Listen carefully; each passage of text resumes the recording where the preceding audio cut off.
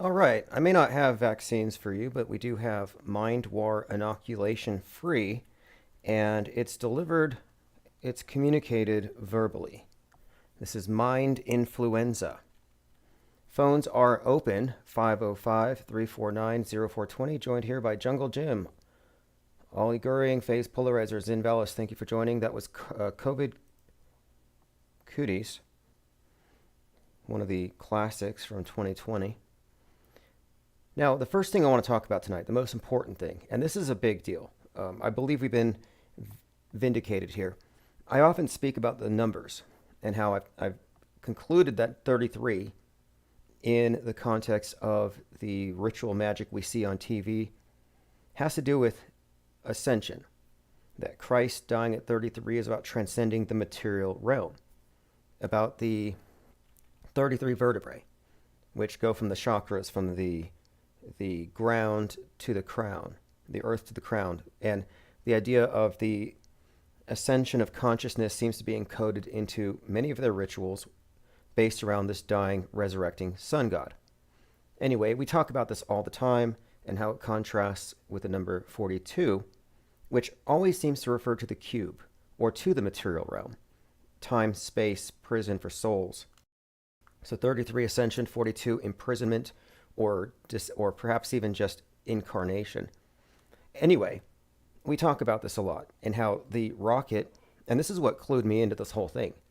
The rockets are all named after dead sun gods, and it's just a stylized obelisk, and it takes this trip from the earth to the heavens, modern heavens being space, the contemporary heaven. But now check this out. This is vindication. Turns out that NASA takes off. They have a shuttle landing facility at NASA at Kennedy Space Center. It's runway 33.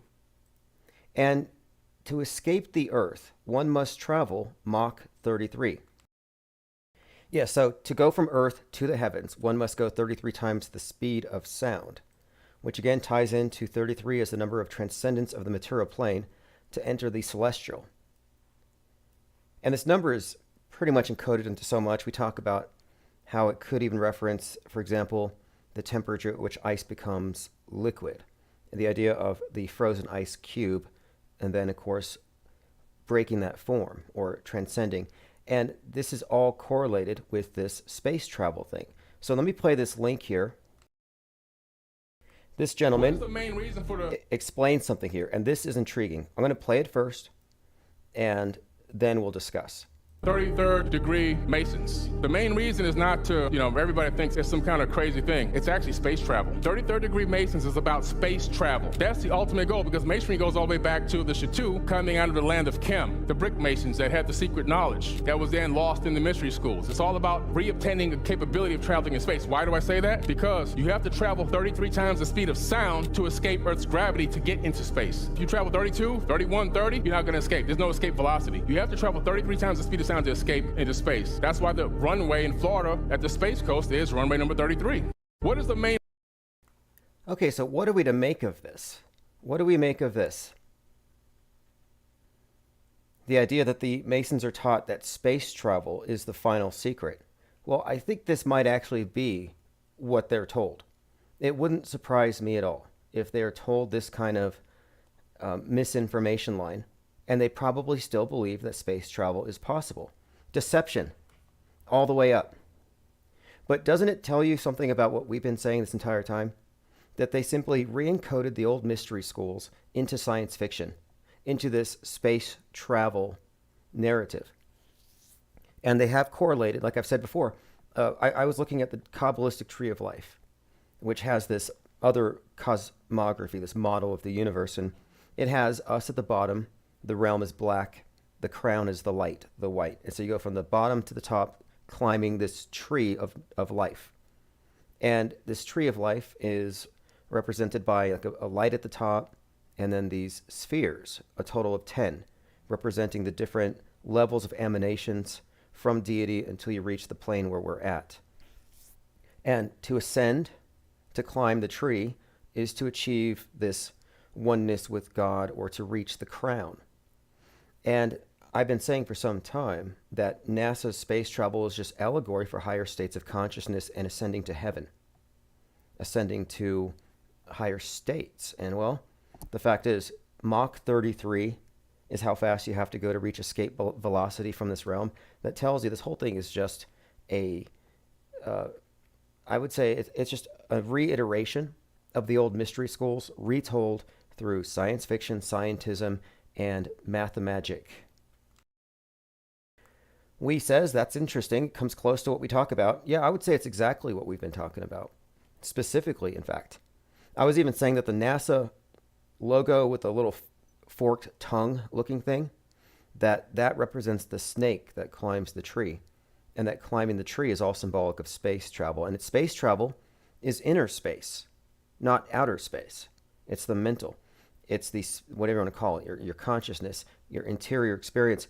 And I think this ties into what I believe the bigger picture of NASA has always been, which has been world view control.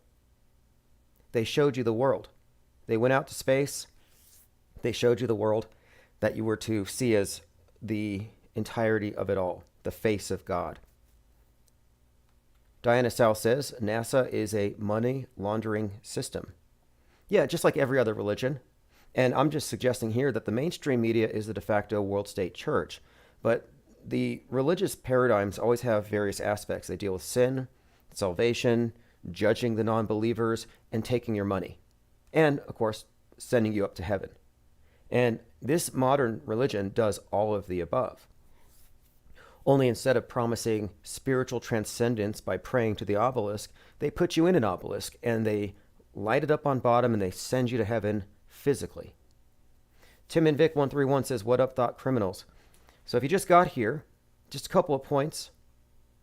Landing on runway 33, Space Shuttle Atlantis nears touchdown at runway 33 at the shuttle landing facility at NASA's Kennedy Space Center at Florida. So if you just got here, the new development, this was something that was sent to me by one of our field correspondents, simply that it takes a total speed, you have to go up to a Mach 33. So it's like if you want to travel time, you just got to go 88 miles per hour, 1.21 gigawatts. But if you want to transcend the world, if you want to escape the Earth, reach escape velocity, you got to hit Mach 33. Fascinating bit of information to add to everything else that we've already seen. So this is one of the things I wanted to talk about, of a few other things as well. Next, and this is a big deal, I wanted to discuss how disease X was added to the R&D blueprint list back in 2018. So March 11th, 2018, the WHO convened to talk about future diseases that they would expect, and they came up with this disease X a few years ago. But I'm noting here that this disease X thing is perfectly timed with what?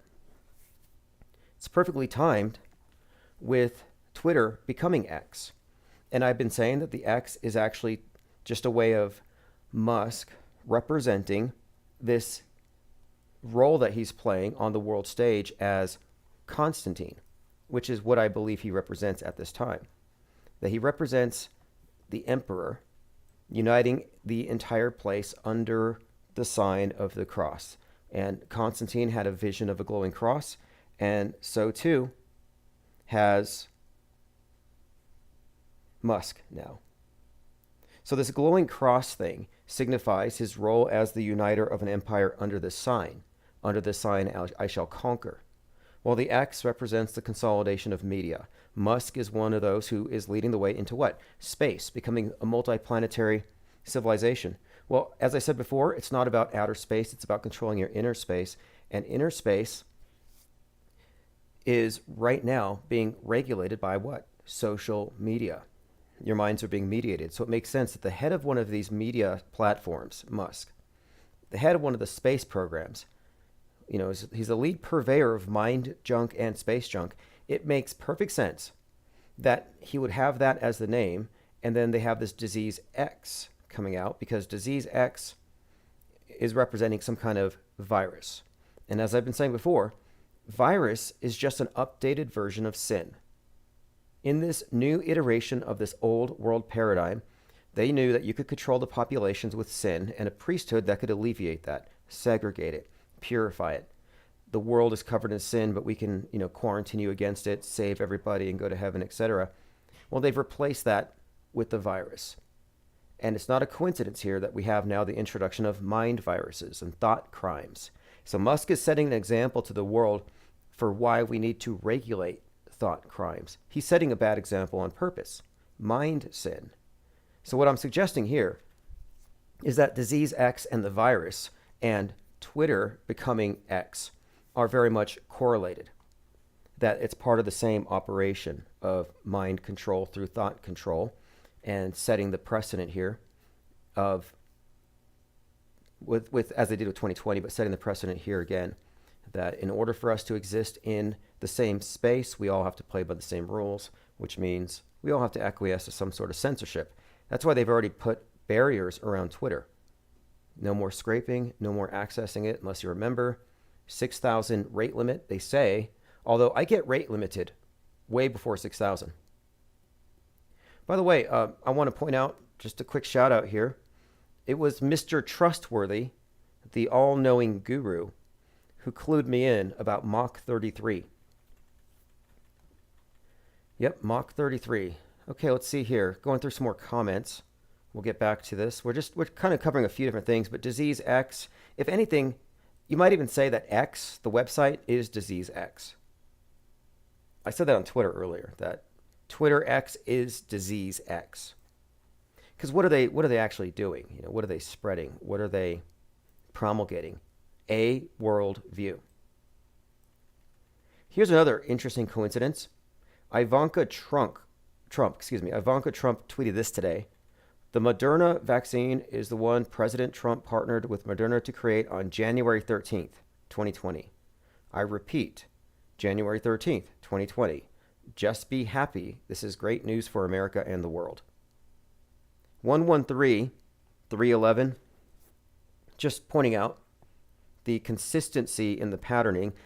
And as I pointed out with the Mach 33 thing, we've been vindicated. We are observing actual patterns, and it does fit. We're not forcing puzzle pieces for a pre-existing model like those who were pretty married to the idea that Trump was going to get capped the other day. And a lot of them just moved on to other topics. Purple Rain says, give me a wrench. Yes, I will be handing out wrenches after. Tim and Vic says, Muhammad Atta was 33. Yeah, Muhammad Atta, as in Muhammad Attacks, lead hijacker, 9/11/33. There are so many. We should just do I don't know, how do we want to do, we have to do a montage of all the historically significant 33-year-olds that started religions or political revolutions. Muhammad Atta, Timothy McVeigh, Joseph Smith, Charles Manson, Jesus, and on and on. QAnon shaman. It goes, the list is just, I've been saying for a couple of years now, it's like, let's just quarantine the 33-year-olds. I said that 2 days before January 6th. And if they had done that, QAnon shaman would not have committed the insurrection. He's backtracked on that. The QAnon shaman is now saying that he supports Trump, and anyway. He's like a fixture of the right wing. I won't be surprised if he's in full costume hosting InfoWars soon. And nobody's asking him about who Q is. They're all so evasive. They're such liars. You're saying Q sent you. You spent 43 months, and now you're claiming that there is no Q, or that you don't know, or that it's a group of people. Come on. Constant Elevation says, unrelated, but the next Tom Clancy game is called The Division Heartland. Oh, no, that is very related. Remember the Ohio thing? We had the train derailment in Ohio that mirrored the movie White Noise, toxic airborne event. Well, I was saying for some time that the trains, the unregulated trains, the runaway train, it's all just an allegory, or rather a metaphor, for runaway capitalism driven by greed. Dangerous now because, of course, it's unregulated. And what we saw in Ohio, and then we saw like 50 other derailments, but not any more sense. But the one we saw in Ohio represented a heart attack, as Ohio since 1984 has been the heart of it all. So it was America getting a heart attack. And this is around the same time that Damar Hamlin had his heart attack. We saw just hearts everywhere. It was one of the main symbols at the time. And we were like, what is with all this heart symbolism? And it was definitely correlated with this heartland and Ohio and some kind of, I think, broader context specifically about the need for this shutting down, this reset, more of the same. Freedom's not sustainable. Capitalism is killing the planet, etc. But yes, the Ohio train wreck was a heart attack. Zinvella says, Ivanka's Brave New World. Oh, yes. That was very comforting. Like a few days after the pandemic, she says, this is just the Brave New World. And she's looking into she's looking down at the camera. And her face is just hogging the whole lens and just filling the screen. And I felt like a baby in my crib looking up at the mother. And she's just like, everything's going to be okay. Just stay home. It's a brave new world. Just enjoy yourselves in your little brave new world vats. It was actually very condescending. Elephant Tusk says, a nice 33 slideshow in PowerPoint. Exactly. We ought to. Although I have another project first. I'm working on a video project to accompany Auto Hoaxology 101, which will be out. It's already done, but I'm having a cover made, and before I release it, we're producing a video accompaniment. And I contacted a documentary filmmaker who can help me with this, because we want to have the entirety of what you could consider to be a philosophical framework for approaching media, but I want all of it to be conveyed concisely and clearly in like a 90-minute interview format. And I'm going to make that happen here in the next week or so. Skyfish says the heart symbol can signify the Rosicrucians. Oh, yes, exactly.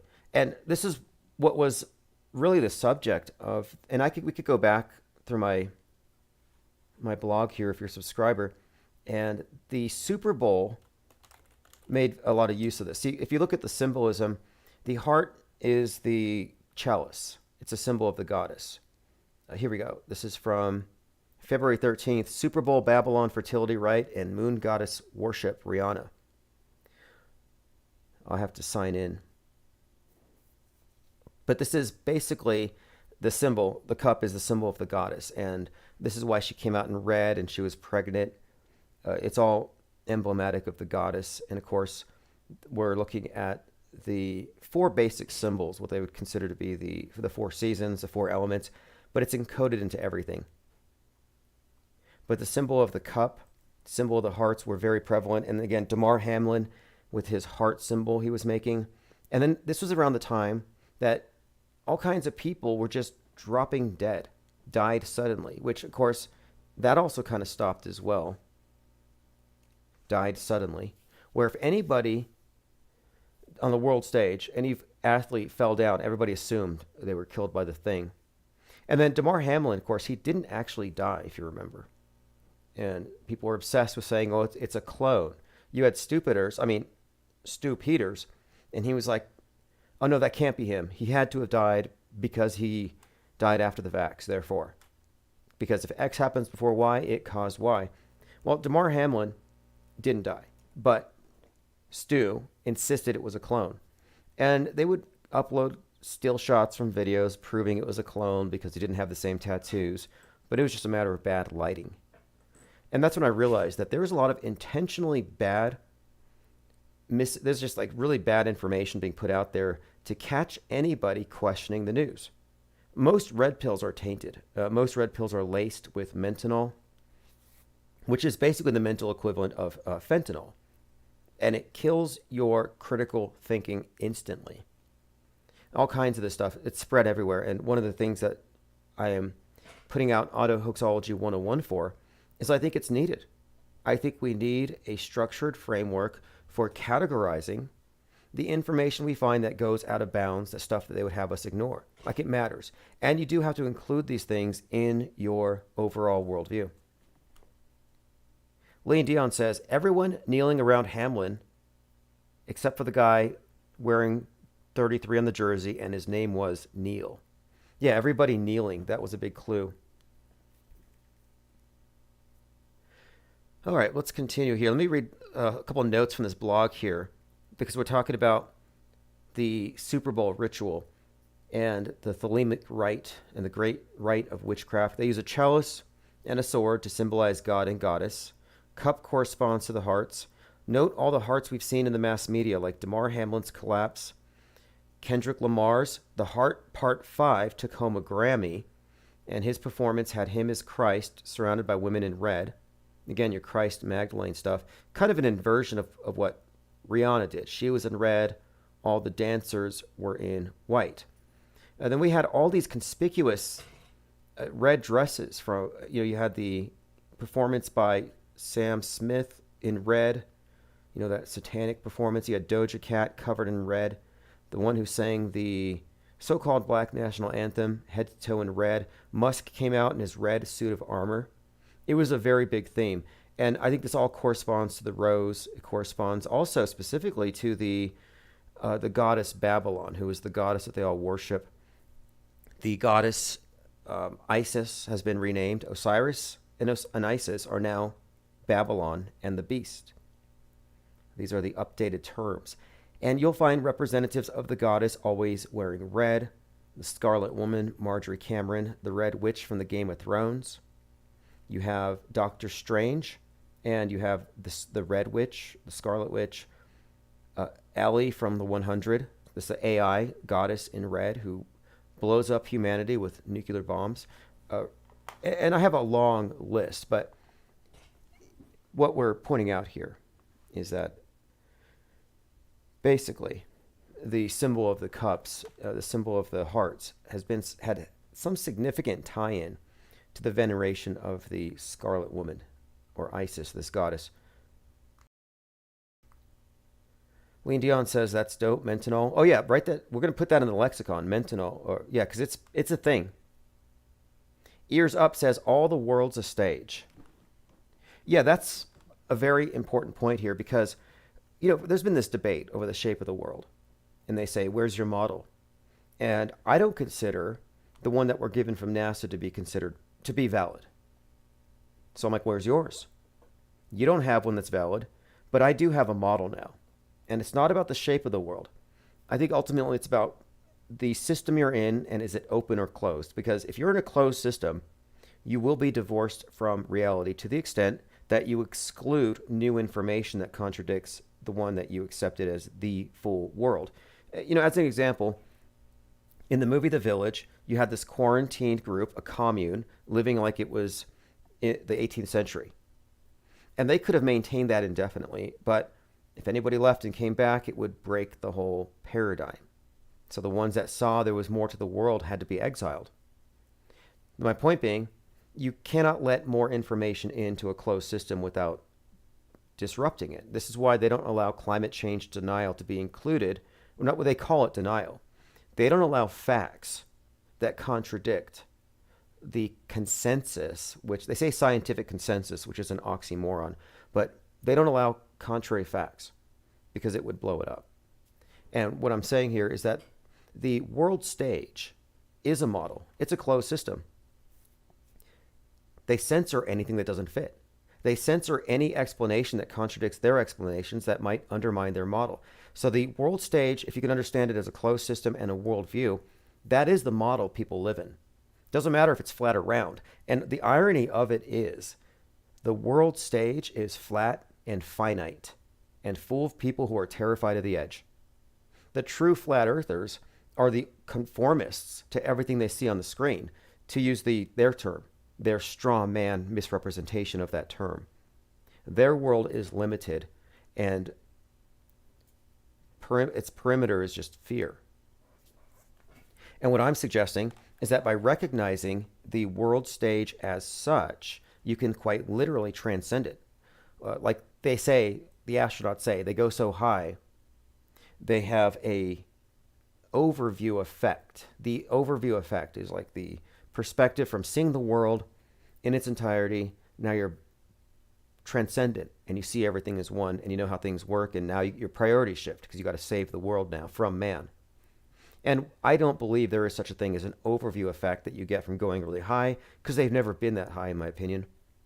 Well, the facts don't support it, we'll say. But if you recognize and separate the world stage as a model, as an option, as one way of looking at things, just like filtering your perceptions through the Quran or the Bible or through any New Age belief or through atheism, through scientism, whatever your particular filter is, these are all, your worldviews. And if you can understand that the world stage isn't anything but the designated establishment view for you to have, then you have an overview effect. You can actually have that effect. You can actually have what I call the off-world stage perspective. Because the one that we're given, the view that we're given, the version we're required to have, doesn't reflect reality 100%. It's bolstered by lies. When they introduced the concept of the nuke and got everybody to believe it, they obliterated objective reality and dragged us into their dream world. They put us through their filter. And we've been there ever since. Now, I think it also follows that what is actually going on, what is behind those false explanations, is likely known by those promulgating the fakery. But everything's on a need-to-know basis. So I'm just pointing out that there is a world stage to ears up, and it's not just a metaphor. But this isn't reality denialism. I point out, too, that media is a liar. It's a really good one. And really good liars don't lie with every breath, because then they wouldn't be a good liar. You would say they're crazy, and you wouldn't associate with them. The good ones only lie when they know they're not going to get caught, and when it's for an advantage, when it moves them forward, it moves something forward. They selectively and expertly lie. And the mass media is the best liar in the world. I mean, it's been lying for generations. Elephant Tusk asks, what are your thoughts on that huge fire? Yeah, I was going to go down there and take a look. But, I could see it from where I was. There was a huge fire at this recycling plant south of Albuquerque. And there was also another fire. Now, it was on Hawking. And there's another fire that was about 100 miles west of here. And I think it was called the Black Feather Fire. Spontaneous, started by lightning. And I know these things happen, but I tend to think that timing-wise, that these could be, I don't know, you could imagine them being used as cover for drills, but also sometimes they do these things, I think, to advance other agendas, like the whole air thing. Like I heard that the people who were in the East Mountains were told to turn off their air conditioners, or, they're basically saying don't breathe the air. And if they can hype anything up, they will. So I think it could be psyoped. I think it could be intentional. It could just be theatrical in order to get everybody to think, okay, the air quality is disruptive. And the fact that it was a plastic manufacturing plant, they were making things out of plastic. Oh, it's capitalism. For useless trinkets, for dollar store goods, we're destroying the earth, we're sacrificing the planet, endangering everybody.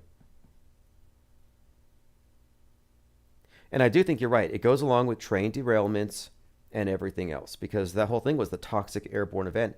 And I follow trends on Netflix. In 2018, 2019, it was all zombies and quarantine and viruses and pandemics. Since then, it's all been air quality movies, like Black Knight, basically Mad Max, but we've ran out of air, not gas. Just watched another one about this volcano, where it's just sort of like a background feature to everything now is, oh, the air is so bad in the future that everybody's masked up. AJ206 says, received my copy of World Stage Deprogramming Guide in the mail yesterday. Awesome. Thank you for ordering. The World Stage Deprogramming Guide was essential, and I had to get that out in case who knows what happened. But that was something I thought contained all the key ideas, but in a format that could be easily conveyed, because I know how the internet is, always subject to censorship, and we need to get in print. But the Autohoaxology 101 is a distillation of everything from the IPS Institute for Advanced Media Deconstruction, and it will include many of the ideas from World Stage Deprogramming, and then some. Lean Dion points out the purple smoke. Yep. Saw that as well, and it's got to be connected. Everything that they're doing with the air quality is part of a psyop. Nicotrauma says, got my copy too. Okay, thanks. And again, I'm going to be putting more copies on eBay. Skill says, NOAA DC tornado shelter in place warning. Outages, NASA cloud seeding. Again, NOAA, there's a flood coming. Stop your wickedness. Not talking Old Testament. We're talking National Oceanic Atmospheric Administration, although both of them use the symbol of the dove. Although the modern NOAA gets its warnings not from an angel, but from a warning satellite. Was it Genesis 6:6 about how they all mocked until the ark doors closed? Space arcs are a huge theme also. So you got the dirty air and the space arcs. And if you've seen Wall-E, which is one of the movies that has that 113 I mentioned earlier encoded into it, if you look at Wall-E, it's about how in the future we've covered the world in so much garbage, there's so much space junk that we can no longer live on the Earth. So Directive 113 was abandon Earth. And everybody goes up into space. And that movie is worth looking at. There's so much in that movie, various aspects to it. It deals with the, I would say, agrarian revolution, overthrowing capitalism with an environmentalist pretext. It has the whole space religion, space arc. It has this AI that takes over pretty much government. It's called Auto, like autopilot, and it's got the all-seeing lens, like HAL 9000. Again, the all-seeing eye has been updated. It is now the all-seeing lens. It also has a very interesting little subtext where the main character is down on Earth, boxing up trash. And from the ship, from the space arc, they send a dove-like robot. Now again, remember, it's the dove that brings the olive branch to Noah that says, you can go back. The flood waters have receded. In Wall-E, it's a dove-like robot that they call Eve, who goes down to Earth, finds a plant. In other words, you can grow again, and takes the plant back up to the ark. So they literally took the story of Noah's Ark and repackaged it, and nobody watching it noticed. Like nobody notices Disney's repackaging Old Testament. I don't know why so many conservatives are against Disney. It's not like the Bible's pure of all these topics they want to exclude from Disney, if you really want to get down to it. But again, they use the same symbol, the dove, and the olive branch, and it's time to go back. And then, of course, you have the space sex scene. Again, SpaceX is space sex because ultimately the obelisk go into space, the Earth God and the goddess, their nightly visit, the morning birth of Horus, the sun god. Well, they have this aspect to it in Wall-E as well, where he's in space with Eve, and it's one of these things where I don't have a dirty mind. I just don't. But adults should know what they're seeing, and they should say, hey, my kids shouldn't be watching this. Elephant Tusk says, you've been paying attention to what's happening in Africa. Yeah, I watched this. I don't know who it was. I got to look at the name of this. Looks like some kind of a political leader. They were singing this song about killing the white farmers. And I saw this moral equivalency where they're like, well, look, Jason Aldean has a song that has a vague reference to a city and a courthouse where a lynching happened 100 years ago. Try that in a small town. I love these moral equivalencies. Like it cancels it out. Oh, we're doing something bad, but you guys did too, so it doesn't matter. But it's just a song. It's an old song. It doesn't mean anything. Just words. Right? Just words calling for genocide. But then Trump is going to go to jail for 500 years because of words that he tweeted. And from what I understand, most of his defense is free speech, politically protected speech. Although I think it's disingenuous. In my opinion, Trump incited a riot, and the whole objective was to attempt to disrupt the proceedings. But even that is just one layer of it, because the next layer is that the whole thing was staged and fake, designed to fail.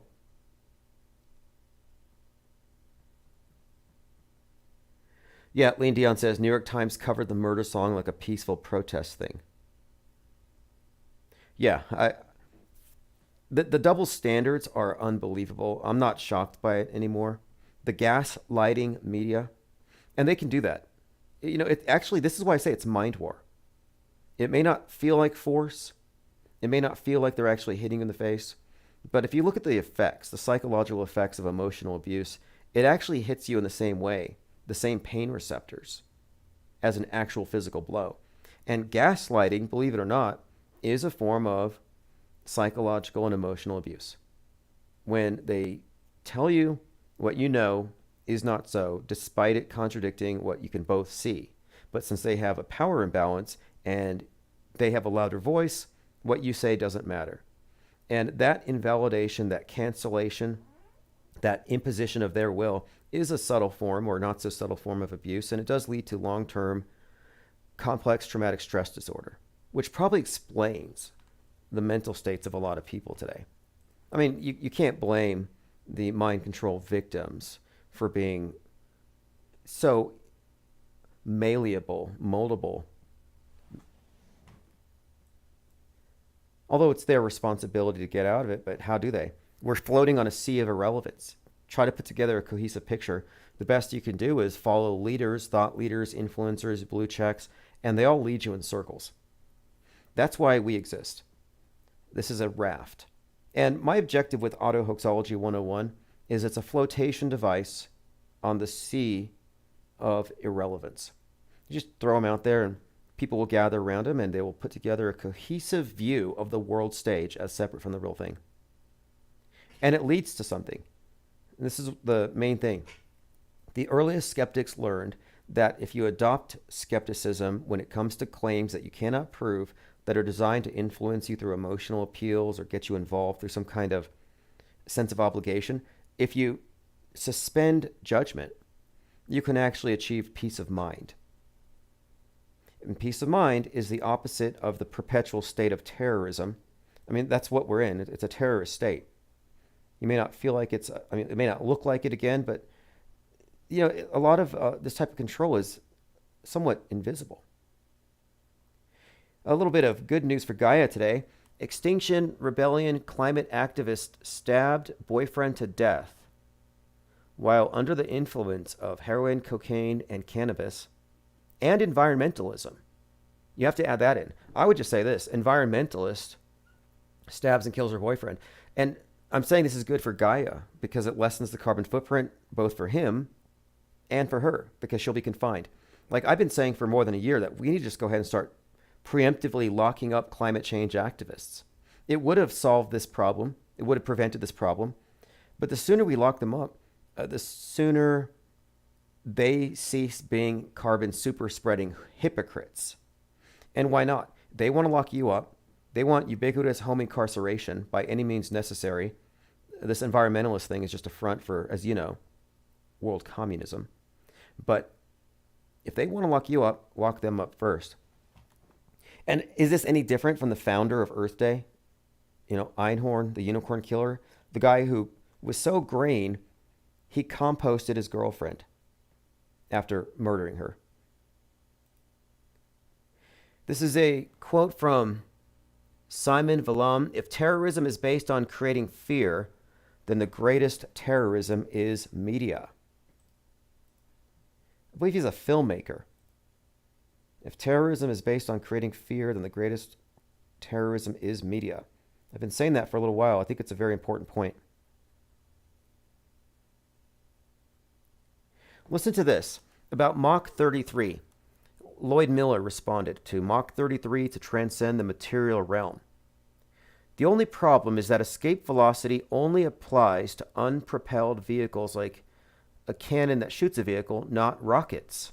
By the way, in H.G. Wells' Shape of Things to Come, a huge cannon is used for the moonshot, not rockets.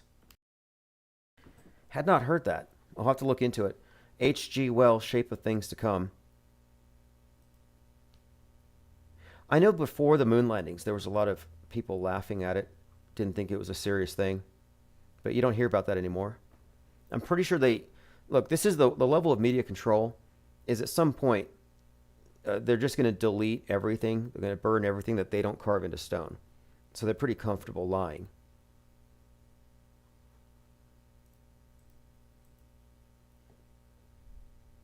Going through some comments. Sam Yash says, with peace and love, fakeologist is a xenophobe transvestigator. I don't know why you'd be so linked up with him. Well, transvestigation is something that I want to talk about because I think it's got a flawed methodology, and most of the people who promote it are dishonest. And I think it might have an ulterior motive because it's like you want to say the left is confused or they're introducing radical concepts and they've lost touch of what gender and sex is. And no, actually, they have their own theory behind it all, whether you think it's objective or subjective or makes sense or not. But I'm like, you can't call them confused anymore because you have these people on the conspiracy fringe who look at Sylvester Stallone or Robert Kennedy or Hunter Biden and they say, that's a woman. I'm like, I'm sorry, but I'm kind of missing something here. There's 4,000 nude pictures of Hunter Biden, and your whole theory rests on all of them in the elite being EGI, elite gender inverted. And we have photo and video evidence here, and they won't confront it. They're afraid to look at Hunter Biden's naked body for some reason. They're afraid to be wrong. As far as xenophobe, that's just another word for saying another way of saying nationalist, and it's a harsh accusation. But I'll bring it up with him because I'd like to know where nationalists stand when you find that you have an international space station. In other words, an international deception right there in front of all of you. You want to think that China, North Korea, Russia, America, that we're all somehow maybe not all friends and one might nuke the other. No, we all fake nukes. We all fake space. We all have really terrible special effects, terrible crisis actors.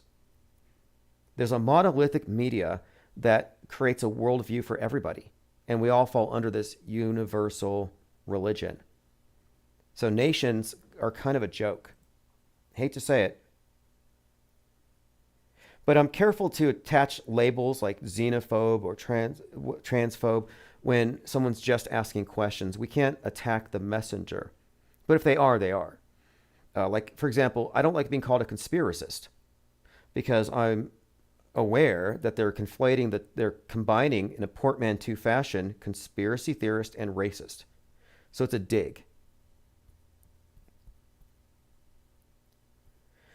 Let's see here. Now, let's continue. I noticed, though, there are a lot of, there is a lot of what you could consider to be xenophobic rhetoric. But again, I think it's world stage identity politics. And this is one of the reasons why I think it's important to take the off-world stage perspective. Because if you take sides, you get lumped in. And I'm not getting lumped in with groupthink. And I'm not going to throw my lot in with a lot of people who think moon landings are real. Lean Dion says, imaginations. Yes, exactly. Just different teams. And we have basically a small pool of owners. And they all profit off the game. And it's a game. It's a big game. Okay, so we're going to be live tomorrow morning. I actually have to run some errands, but I was a little late getting started tonight because I've been working on getting in touch with a cinematographer and a journalist, reporter, or perhaps even an actor who wants to play the role of an interviewer. But I think I have a independent journalist who wants to do this. We're going to be doing a 90-minute discussion/interview on Autohoaxology 101. It's going to be filmed here at the conference room, likely next week. And it's going to be the backbone of the video accompaniment to the book. And the book is just about ready for publication. It has a cover that's in the works by the artist who does most of the work on this channel. So I think you'll like what we have coming. It's important. I think it's important that we do this right now. That right now, before anything else, we establish that what we are operating from is a perspective that no one else in the mass media ecosystem shares. It's distinct from conspiracy theorists, distinct from, quote, red pill. It's actually an advanced, I believe, it's advanced media deconstruction. And I think we can really enlarge the pool of individuals who are participating in this through a proper exposition. And it's going to happen through a combination of a video and the textbook. All of it within the next week. Anyway, we will be back tomorrow morning. I have to cut this short. Have a great evening. This is Chief Crow Auto Hoax.